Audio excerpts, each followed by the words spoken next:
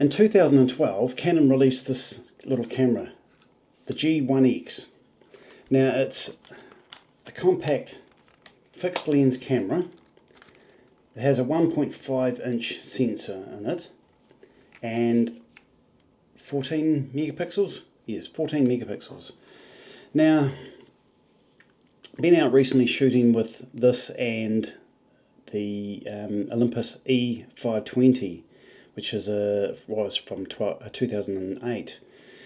Now, one thing I noticed when I was out shooting with this camera, that the highlights just seem to be blown out, especially when I had a look at it on the computer.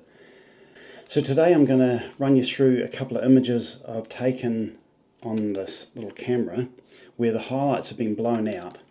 Now in the JPEGs they're just completely washed out. You just can't see any detail in the sky.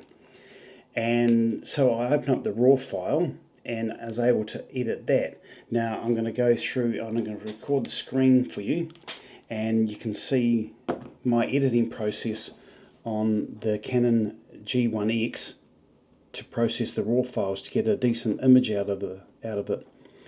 So we'll flick onto my computer screen and I'll show you my editing process. So here's one of the images I took the other day, and I had the sun at about a 45-degree angle to my left pointing towards the camera. Now as you can see, the sky is quite blown out up here. There's a little bit of blue sky in behind that tree, but it's not really very prominent. Now, like I say, I opened up Luminar AI. I'd used the enhance tool, the accent at 100%.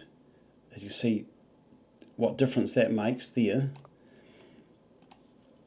And I had to drop the exposure down by just a bit over 2 stops, as you can see 2.19, and the shadows up to 100%. If I bring those back to 0 and turn that off, that's what it was like. Enhance was quite bright, so light dropped down to around about 2 stops, thereabouts.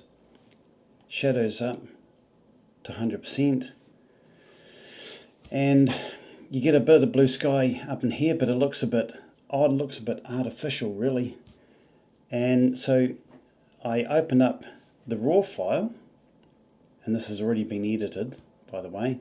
So if I click on that little eye icon up there to hide the adjustments I made, this is the RAW file as it came out of the camera. Now you can see up the top in the corners there's quite a bit of vignetting on there. It's quite dark. Now it's still blown out around here, a little bit of blue sky like it was in the JPEG, but so I've done the same process, accent up to 100%, exposure down to about 2, and the highlights up to the shadows up to 100%. Now that produces a much better image. You can see much more blue sky in here. It looks a lot more natural. Let that render. And there you have it. The blue sky looks a lot better in this image. Now I'll show you another one. This is another image I opened up and let it render. Yep. Now let's show you that's what the image was like. This is a RAW file as well. I haven't opened up the JPEG on this because it's not going to be that great anyway. So same sort of deal with the sun. It's on about a 45-degree angle to my right this time, but it's shining towards the camera lens. Now you can see there that the sky is quite blown out. It doesn't seem to have vignetted much at all, really, on there. I don't know why that other one was so bad for vignetting, but anyway, did the same process, accent up to 100%, and you can see a bit of fringing up around in the trees up there, which is quite noticeable even from zoomed way out. But light levels, I've dropped that down to 0.65, shadows up by 52 this time, not as high, and you can see it's a bit better.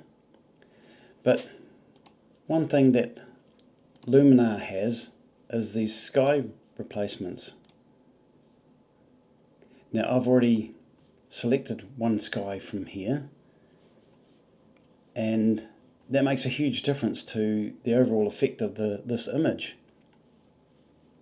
I think it produces a nice pleasing result from that, except for as you zoom in it loses the adjustments.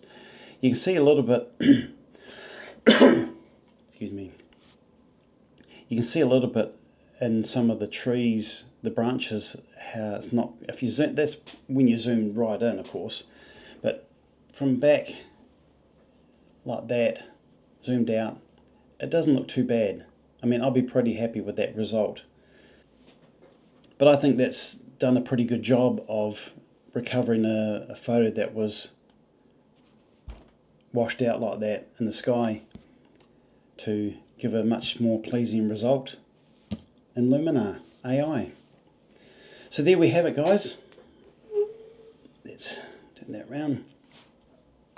That's just a quick little look on recovering some of the highlights in Canon G1X. So I will have a full review of this camera coming up very, very shortly. Also, there's going to be a comparison between that Canon and the Olympus E520 from 4 years previous to that. It's Canon 2012, the Olympus was 2008. So my wife and I have already taken a few photos with these two cameras, and we've already noticed a few differences in the two. The sensors are very similar sort of size, micro four thirds opposed to a 1.5 inch sensor. 14 megapixels on the Canon, 10 on the Olympus. But make sure you're subscribed and stay tuned, and we'll have those reviews coming up very, very shortly. And thank you all for watching, and we'll see you again next time. Bye bye.